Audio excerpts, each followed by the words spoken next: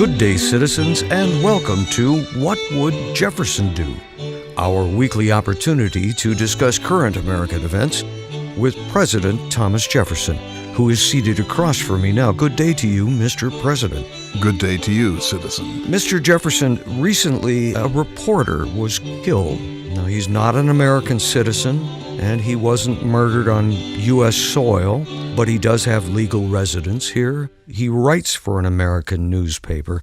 I'm wondering, sir, how you would react to a situation like this in a diplomatic sense. Voltaire, who was not a reporter but a philosopher in France, was beaten up by a rich nobleman's lackeys for writing things that the nobleman found offensive to him. So beatings and tar and feathers and intimidation of journalists is as old as the world, I'm certain. You know, we in the United States have a fortunate tradition. The Declaration of Independence says that we are entitled to life, liberty, and the pursuit of happiness. And so clearly this journalist's life and his liberty were taken from him, but not by the United States, thank goodness, by a foreign power.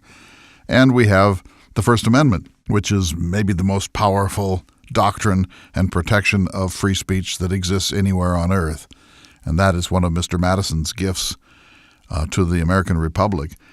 So in our country, we don't do that sort of thing. And when it happens somewhere else, particularly if there's a tie to the United States, as there was in this case, we need to protest firmly, without any ambiguity whatsoever, and to say that it simply is the case that the United States does not want to have significant interests with any regime anywhere that would treat a foreign journalist or any journalist in this manner. So in the history of the world, most of these things have never come to the attention of the people. In your age of universal media access and diffusion, events like this suddenly become international crises.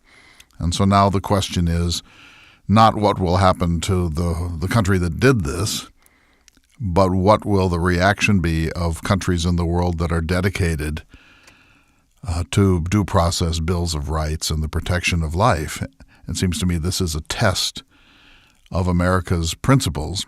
You know, it's one thing to think about economic dislocations that might occur from a crisis between two nations.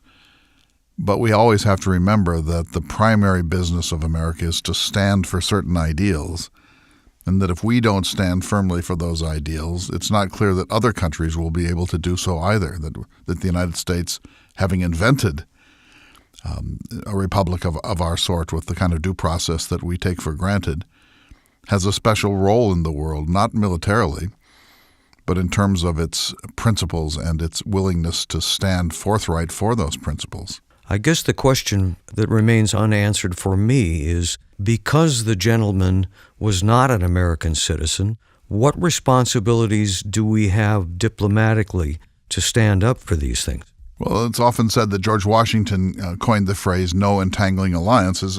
It's not so. That certainly was one of his principles in his farewell address, but I actually gave us the phrase, and I mean it, that if the United States engages in alliances with other countries, whether it's France or Portugal or in this case Saudi Arabia, that will have a compromising effect because there's no way the United States can control the activities of those nations. But this is also a case of freedom of the press, sir. Yes, and we should speak boldly on behalf of this journalist and on behalf of freedom of the press anywhere on earth.